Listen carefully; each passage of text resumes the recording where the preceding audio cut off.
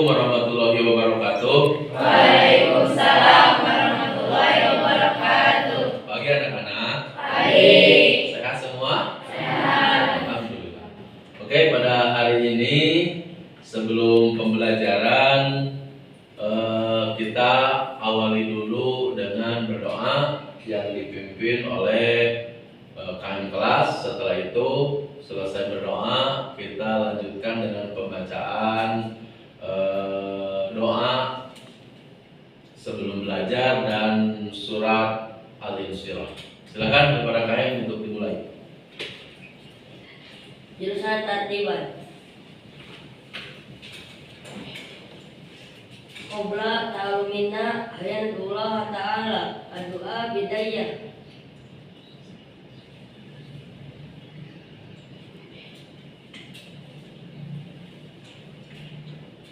Baik, sajadah wassalaman. Assalamualaikum warahmatullahi wabarakatuh. Waalaikumsalam warahmatullahi wabarakatuh. Oke, sebelum dilanjut, Bapak bisa dulu ya. Elvina Erianti, Bunga Isnaini, Amel Fazria, Syafa Delia,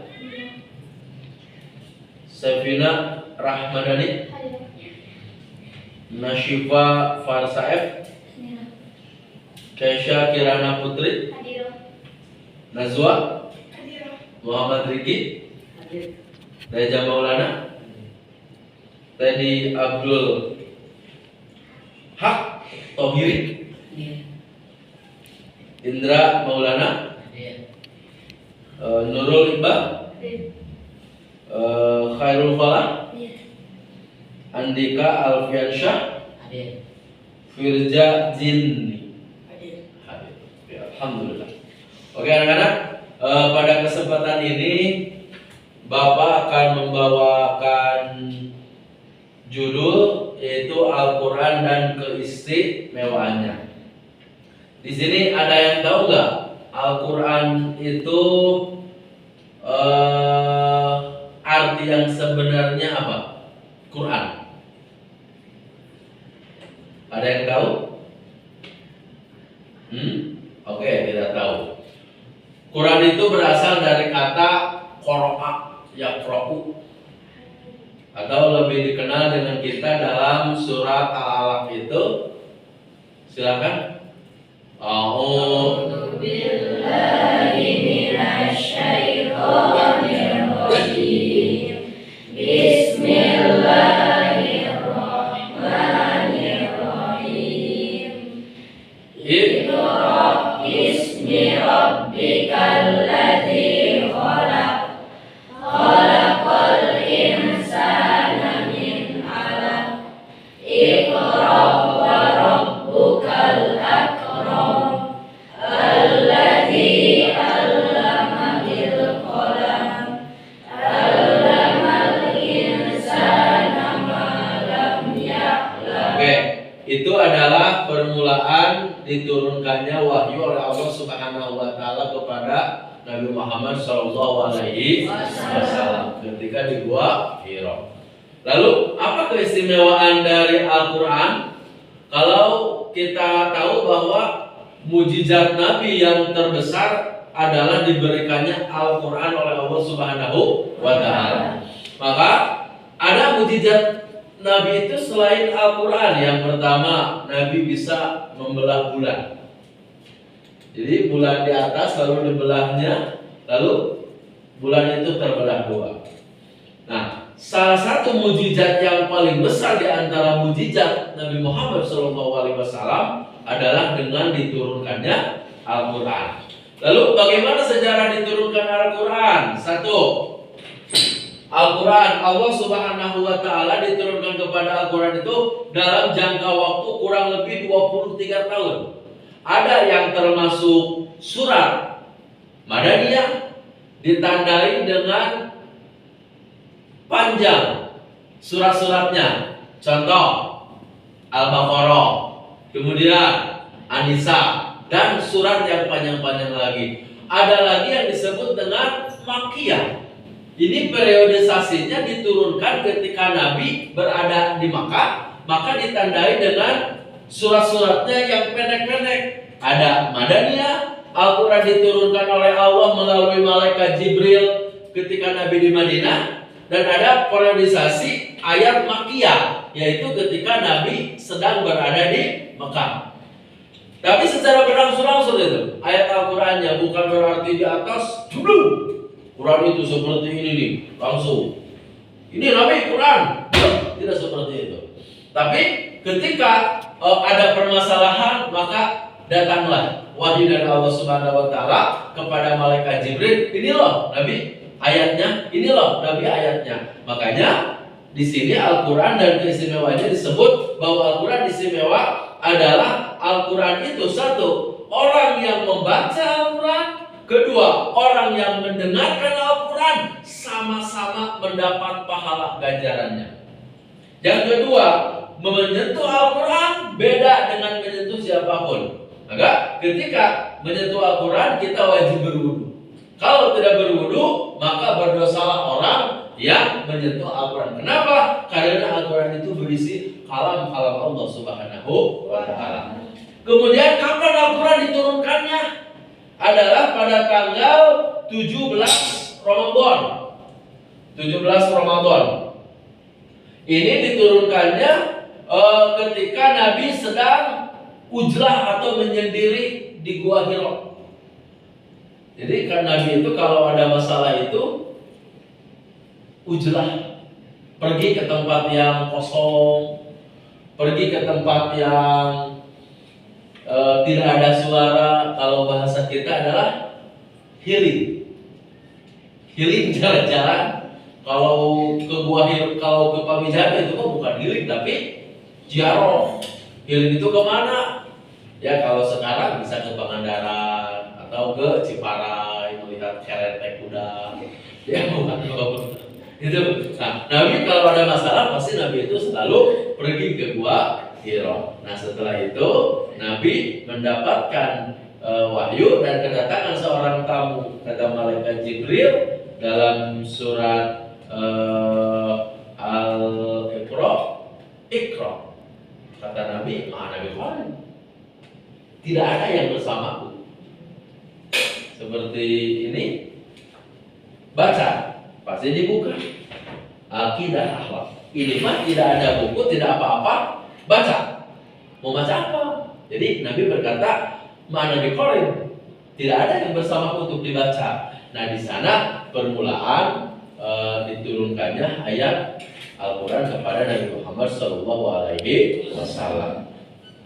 Lalu Allah Subhanahu wa taala berfirman di dalam Al-Quran, Bismillahirrahmanirrahim, wa Qur'anan faraqnahu li Qur'anahu allanasi ala muqsim wa nazzalnahu tanzila. Dan Al-Quran kami turunkan berangsur-angsur agar engkau Muhammad membacakan kepada manusia perlahan-lahan, dan kami menurunkannya secara bertahap. Jadi ketika kita bertemu dengan seseorang menanyakan naon dalilna, tidak usah diberikan Al-Quran.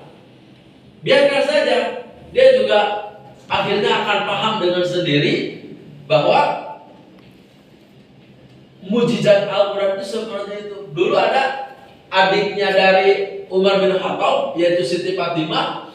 Dia yang namanya Umar bin Khattab saking bencinya kepada yang namanya Muhammad, saking dijelek-jelekan namanya. Ketika mendengar adiknya yaitu Siti Fatimah masuk Islam, dia marah besar. Lalu dia datang ke rumahnya, ya Fatimah, ya Fatimah, ya Fatimah. Fatimah langsung sembunyi di kamarnya. Lalu ketika Umar masuk ke dalam rumahnya, waktu itu Siti Fatimah sedang membaca Al-Quran, tetapi didengar oleh Umar bin Khattab. Nah, di sana Umar bin Khattab langsung masuk Islam, membaca 2 kalimat syahadat. Itu adalah mujizat dari Al-Quran yang diturunkan oleh Allah Subhanahu wa taala.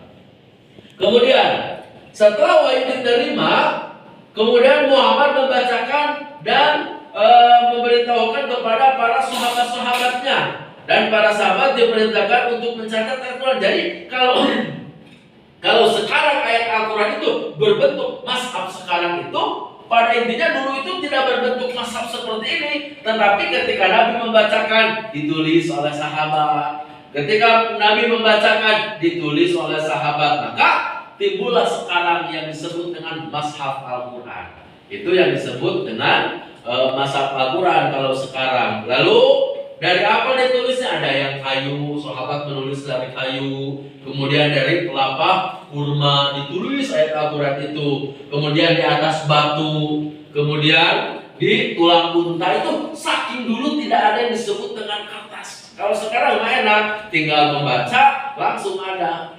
Kemudian di antara para sahabat yang ditunjuk dan ditetapkan oleh Rasulullah sebagai pencatat wahyu yaitu Abu Bakar. Abu Bakar itu otaknya cerdas. Begitu Nabi bilang ini, langsung Abu Bakar tahu, oh ini. Saking cerdas-cerdasnya. Kemudian Umar bin Khattab, Utsman bin Affan, Ali bin Abi Thalib, berarti ini adalah sahabat utama Rasulullah SAW. Kemudian Muawiyah, Zaid bin Sabit, Ubay bin Ka'ab, Ali bin Walid dan Sabit bin Qais, ini adalah sahabat-sahabat Nabi yang menuliskan Al-Quran, baik itu di pohon kurma atau di tulang unta atau apapun. Demi apa? Agar supaya Al-Quran ini ada sampai zaman sekarang. Kemudian periodisasi turunnya Al-Quran. Para ulama Al-Quran membagi sejarah turunnya satu periodisasi sebelum hijrah. Berarti kalau sebelum hijrah Nabi masih di mana? Nabi masih di mana? Di Makkah. Nabi masih di Makkah, tulisan dulu itu. Tapi sekarang ditulis dengan Makkah. Ini Nabi masih di Makkah. Ini adalah periodisasi sebelum Nabi hijrah yang disebut dengan ayat Makkiyah gitu. Jangan tidur nih kalau tidur di rumah. Kemudian ada juga periodisasi sesudah hijrah disebut dengan Madaniyah. Ditandai dengan ayat-ayatnya yang panjang-panjang, itu disebut dengan surat Madaniyah. Kemudian periodisasi Makkiyah yaitu Al-Quran turun sebelum Nabi melakukan hijrah. Ini berjumlah 86 surat. Diturunkan selama 12 tahun 5 bulan. Ini jadi jumlah ayat Makkiyah 86 surat. Dan waktu diturunkannya oleh Allah melalui malaikat Jibril selama 12 tahun 5 bulan. Surat pertama apa? Yaitu surat Al-Iqra tadi itu. Baca bersama-sama. Bismillahirrahmanirrahim. Iqra bismi rabbikal ladzi khalaq. Khalaqal insana min 'alaq. Iqra wa rabbukal akram allazi 'allama bil qalam 'allamal insana ma lam ya'lam. Itu adalah 5 ayat yang diturunkan oleh malaikat Jibril kepada Nabi ketika itu Nabi berada di Gua Hira. Kemudian pada periodisasi Makkah telah menimbulkan macam-macam reaksi di kalangan masyarakat Arab, yaitu satu, segolongan kecil dari mereka menerima dengan adanya ajaran Al-Quran. Kalau sekarang kan orang yang tidak dipercaya sok sumpah demi Allah, demi Al-Quran. Nah, dulu juga ada seperti itu, tidak percaya. Yang kedua adalah sebagian dari masyarakat itu menolak dengan berkata mahnya, gitu namanya. Dan yang ketiga adalah tidak menerima, tidak menolak. Jadi santai-santai saja orang yang ini mau. Kemudian periodisasi Makkiyah. Ini ayat Al-Quran diturunkan berjumlah 28 surat. Berarti kalau tadi itu Makkiyah 86 surat. Apa itu Makkiyah sekarang? Apa sekarang? Madaniyah. Jumlahnya 20. Nah, berarti 26 ditambah 86, jumlahnya ini 2. Ini 10, sisanya kemana? Gak ada. 6 ditambah 6 berapa? 12. Di bawah ini 1, berarti 112. 2-nya mana? Tidak ada ya? Bentar, Bapak lihat dulu. Aku salah. 86 kemudian ditambah dengan bukan 26. Maaf, 28 8. Jadi 8 tambah 4, 8 tambah 6, 14 bawah 1, jadi jumlahnya 114 surat. Ini diturunkan selama 9 tahun 9 bulan. Ayat surat terakhir adalah surat Al-Maidah yang bacaannya adalah, ada yang tahu? Al-Yauma. Ada yang tahu itu ayatnya? Al-Yauma akmaltu lakum dinakum wa asmamtu alaikum ni'mati wa raditu lakumul Islam dina fammanid turrafi mahmasatil ghaira mutajanifil li'asmi fa innallaha ghafurur rahim. Itu adalah ayat terakhir dari surat-surat yang diturunkan yang berbentuk Madaniyah. Kemudian adalah sejarah pembukaan ayat Al-Quran. Adapun sejarahnya adalah pada masa itu diturunkan ayat demi ayat. Jadi tidak langsung surat per surat. Nah, setelah dijadikan oleh sahabat ditulis dalam Al-Quran, dalam yang tadi itu korma, tulang onta, makalah disusun, diperintahkan, susunlah para sahabat agar Al-Quran ini menjadi satu mazhab. Maka kita juga sekarang ketika sekolah atau ketika ngaji itu harus melogat dan harus menulis untuk apa? Agar ada bukti. Kenapa? Karena Rasulullah SAW pernah berkata, bahkan Imam Ghazali juga, siapa yang menulis tinta di atas kitab sedangkan dia mengaji, maka tinta itu akan menjadi saksi nanti di yaumil kiamah seperti bersaksinya darah para syuhada yang menetes di medan perang. Hanya kita kalau melogat aja, biarkan apa itu tulisannya jelek, biarkan apapun itu, yang penting kita melogat. Kemudian sesudah Rasulullah wafat, Ali bin Thalib di rumahnya menghimpun Al-Quran. Jadi ketika Rasulullah meninggal, Ali bin Abi Thalib itu menghimpun Al-Quran, dikumpulkan Al-Quran sebanyak-banyaknya. Ada yang mulai jadi Al-Quran itu jumlahnya 114 surat. Kemudian ayatnya berapa? 6.666 ayat.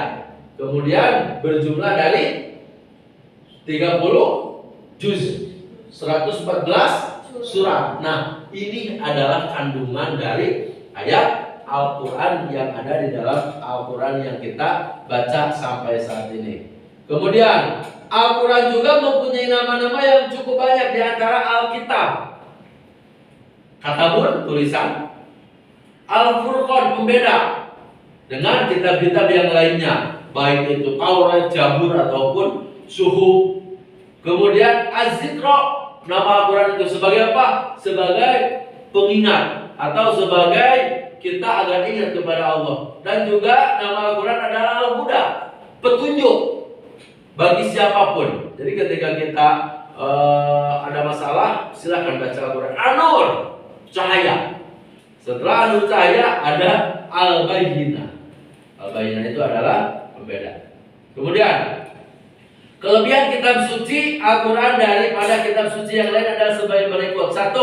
Segi keaslian selama 14 abad. Berarti 14 abad itu berapa tahun?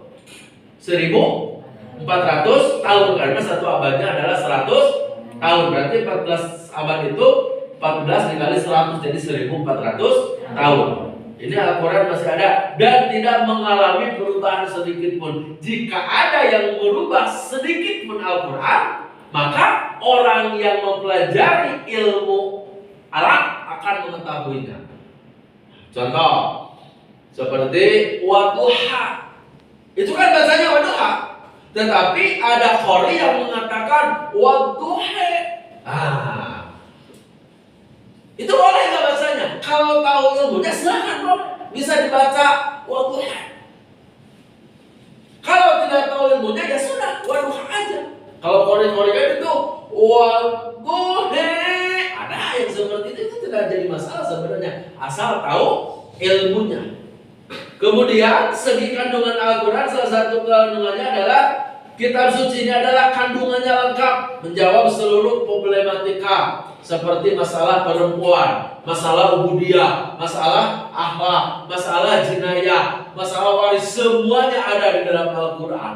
Makanya Bapak bilang kepada kalian, jika kalian ingin jadi hafid, Bapak sarankan carilah pesantren hafid itu yang bacaan Al-Quran itu nyambung sanadnya kepada Rasulullah SAW. Banyak orang yang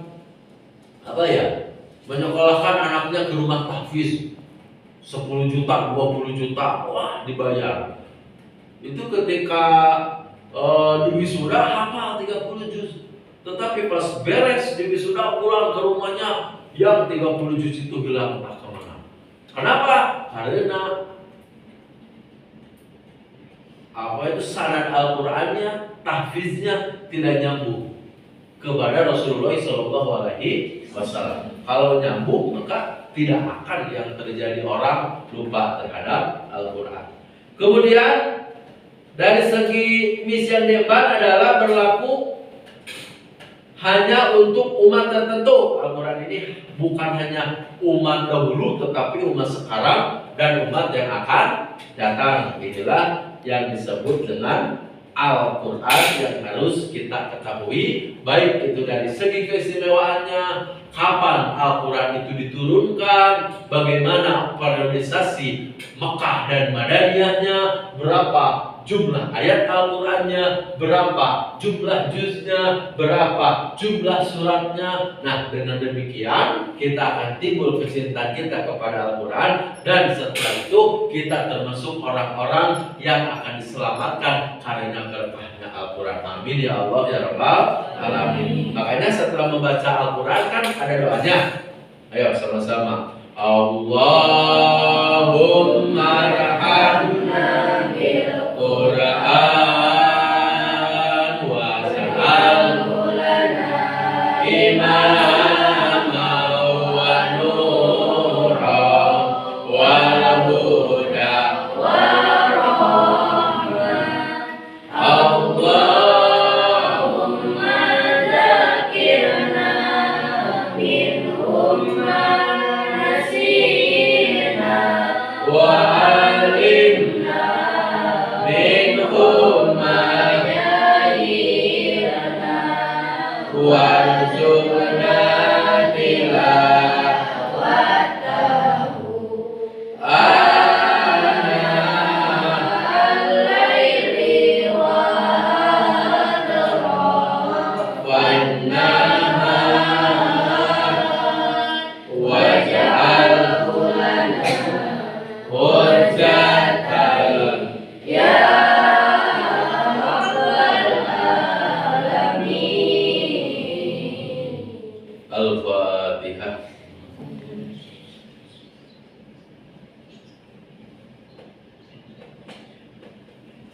Oke, demikian pertemuan hari ini. Semoga apa yang Bapak jelaskan kepada kalian membawa manfaat, khususnya bagi Bapak dan kepada kalian semua. Dan bila ada yang salah, itu murni dari Bapak, dan yang betul itu murni dari hak Allah Subhanahu wa Ta'ala. Oke, sebelum pembelajaran ditutup, silakan kepada kalian untuk menutup dan berdoa bersama-sama. Urusan tertiban. Ba'da ta'alumina ayatullah ta'ala adua bidayah.